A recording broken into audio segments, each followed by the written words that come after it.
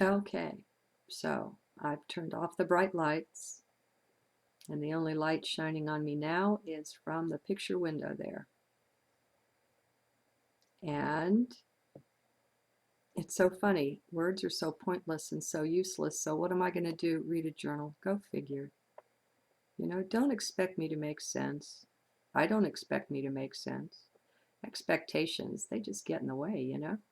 And then you can't have fun like this. All right, this is a journal from the 27th of January, the second one of that day.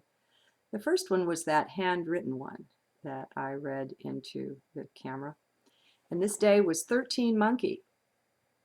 That's pretty adventurous. That's an ascension day, and Monkey is pretty adventurous. And so, let's see. Could we be the gods and goddesses of antiquity? Power of vision and belief. Make my text a little larger here. The body's vision or eyesight isn't so great, but I'm telling you what, the inner sight makes up for that in spades. All right. Okay. That last journal really helped. I don't know what the magic is, and it's often somewhat subtle like now, but I've grown to realize when the help arrives.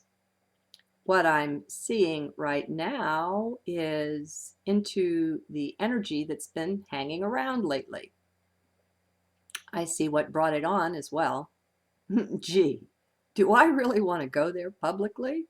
Heck, why not? It doesn't matter. Let people say what they will. Heck, try and stop them. Did you know that among us are the gods and goddesses of the days of old? Did you know that they had to reincarnate themselves to move on in their journey? Or did you think that once you ascended to the next level that you were suddenly perfect, that everything was done? Many have that idea, and it's little wonder, really. It's one of the main implants of our programming, this strictly linear view, this view of beginnings and endings. Where does eternity fit in with that, you know? That makes us even less likely to take back unto ourselves our own divinity. If we think it's ultimate perfection that awaits us there, we just don't feel up to that. It seems like way too much to take on. So let's look into this whole thing. Well, parts of it anyway. And what will we find? First, we have also in our society been given a ridiculous fear of what we call death, when it isn't even that. It's just the body passing away. We can't possibly die. If you'd go inside, you'd know that. You'd find it out directly. You don't need someone to tell you this. It's written clearly there, right in your heart. You are eternal, my friend. So let's start there.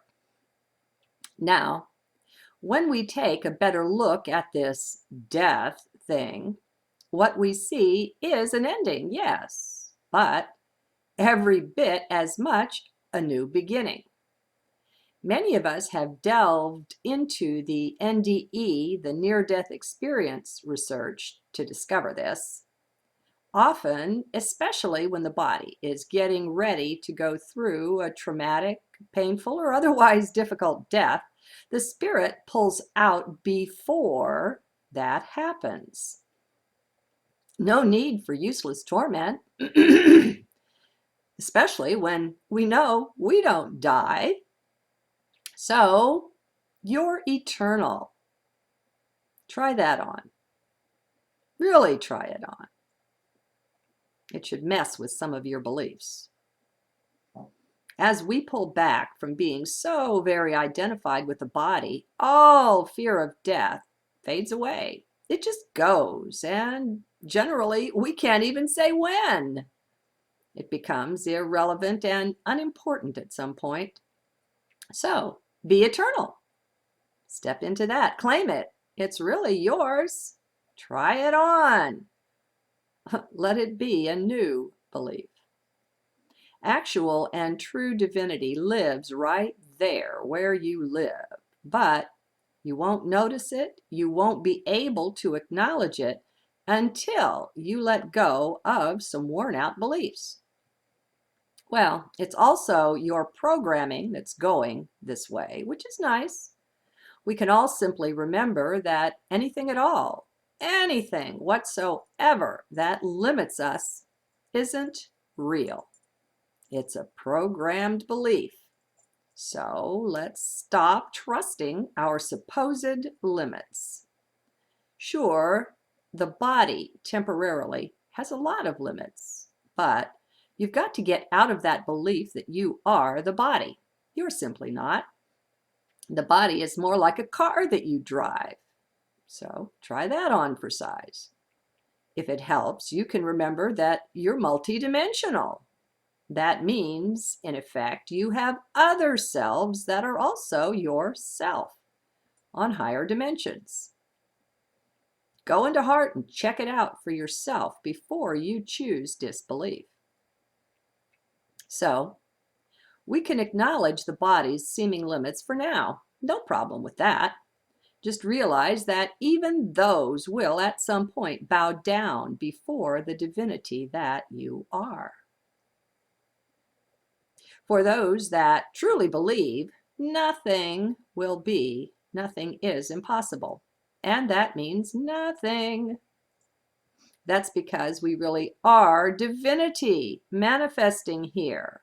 Let's relook at some of the activities of the gods and goddesses. Hanuman, when Ram wanted a certain spice, a certain plant, picked up the mountain on which it was growing and brought it to him. Well, he sought to bring it to him. He got shot down along the way, but the point is, nothing will be impossible. And that's because we really are divinity manifesting here. We just forgot. We are the little g gods. If you're ready, you can start accepting that. That's what I've been working on. What I seem to be dealing with here is many lifetimes worth of this sense of worthlessness, having to plow through that. What does that mean? It means in one sense, or from one angle, that it's like a test. As we accept our true native divinity, that forces all the sense of unworthiness to the surface. And that means into our experience, our now here. We get to sit with that. So this is choice time. I get to choose. It's between all that old programming and the way I lived so many lifetimes, feeling like a no good nobody, sometimes or often enough acting like one too, and being truly divine. What will I choose? Now, when I lay it out that way, it becomes clearly obvious, but it doesn't feel like that. Not until you make these internal connections for yourself do things begin to get so clear for you. Until then, you just feel lousy, often without knowing why. It may be helpful for some who don't journal to at least keep a record of the new beliefs you choose to take on. Then, when you get into one of these funks that just won't seem to go away, you can pull out your list. Look at the dates and the new chosen beliefs. Then, consider what is likely the opposite of those beliefs, like divinity and worthlessness, for example, and see if that's not what's going on with you. Hey, it could be. You don't know without checking it out. It's time for a higher dimensional awareness to be kicking in, my friends. At least for me, this is some of what that looks like. It can seem really mysterious and somewhat funky while you're just feeling it if you're staying with 3D stubbornly. Well, you're so much more than that, so how about expanding out, maybe spreading those wings of yours? This doesn't work until you claim your wings, you know. They are there, but they have been all along. When you don't see them, well, they don't really work, do they? You might as well not have them. These are awakening steps that have really worked for me, so my hope is that they will for you too. We're not different. No matter who or what you see that you admire or want for yourself, it can help to remember you are that. It's all one. It gets down to how we use our new understanding or understandings. As long as we stay in the mind with them, we're bound to misunderstand and misinterpret quite a lot. Once we start sticking to heart, though, we've got an onboard self-correcting mechanism called inner guidance, or the still small voice. We will be helped and guided out of our misconceptions if we stay in heart. From the mind, only arrogance results, not from heart. So, take for instance the whole idea of our ultimate oneness. Many are misusing this, making it an excuse for some radical behavior. Just like some, on finding that reincarnation is really true, use it as a license to do what they will, since they figure they've got forever to wake up and deal with things. They figure, why not take some time out and just have fun? I hope you can see that is strictly the mind's use of that concept. That has nothing to do with heart's vision of things. There is no concept in existence that can't be misused or misconstrued. I'll say that again. There is no concept that can't be misused or misconstrued. Sometimes it seems to me that mind was made to do that. I know that's a bit bleak, but I have always found every time that any misunderstanding I had originated in mind. Now, that's not really mind's fault, if we're fair. Why not? Because of all the endless programming we've been subject to, not just in this life or recent ones either. So, I'm not suggesting that we be angry or resentful with mind. Complete love and understanding. That's the way of heart, and we'll progress much faster if we align with that. We can do this consciously. At the start, sure, that's using the mind, but in a very positive way. If we're choosing to use mind like that, what will happen is that eventually heart will kick in, harmonizing with mind's proper choice. Now, what comes to me here, I'm stepping out of the journal, is that in the background, this is going on. Our higher self has already chosen this rising, this progression, if you will. So this is just a matter of harmonizing the outer with the inner. Okay, back to the journal. At some point, which I very much look forward to, we'd just be danced all the time. We even go beyond that. We lose the doer entirely, melding back into the ultimate oneness, into consciousness. There are certainly many times, lots of times, where I am danced. For the most part, all of the journals are that. Still, I haven't completely lost the I yet. Hardly that. But hey, just being able to see a bit ahead, to know that that's coming, that that's what's ahead, well, that's real progress. I found it so often, maybe even always, the vision that's awakened to something first. We're generally shown something before we're taken on that ride, whatever it is. No, not always, I guess. I've certainly gone into some things blind. Still, I don't see anything or any sense more important than our vision at this point in our journey back home, home in consciousness. Just to see something is an accomplishment. It's an indication of some barriers torn down that were in the way of that. Much of our programming has gone into limiting our sense of vision, boxing us up. As we're breaking out of that, naturally these days, we're beginning to see so much more.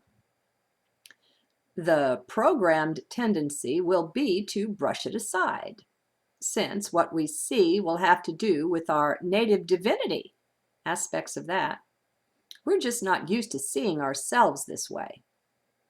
Well, I suggest that we all take that particular bull by the horns and determine to go with, to work with whatever vision we are sent. Let's not be so quick to let the worthlessness programming run the controls of our life. Let's take the helm back by being in heart. It all gets down to self-observation. Watch and observe quietly all the time. Just station a part of yourself to keep this watch. You can do it.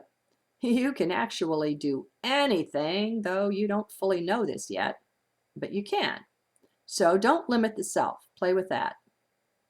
Challenge the old programming that says you're unworthy of whatever it is. To heck with that.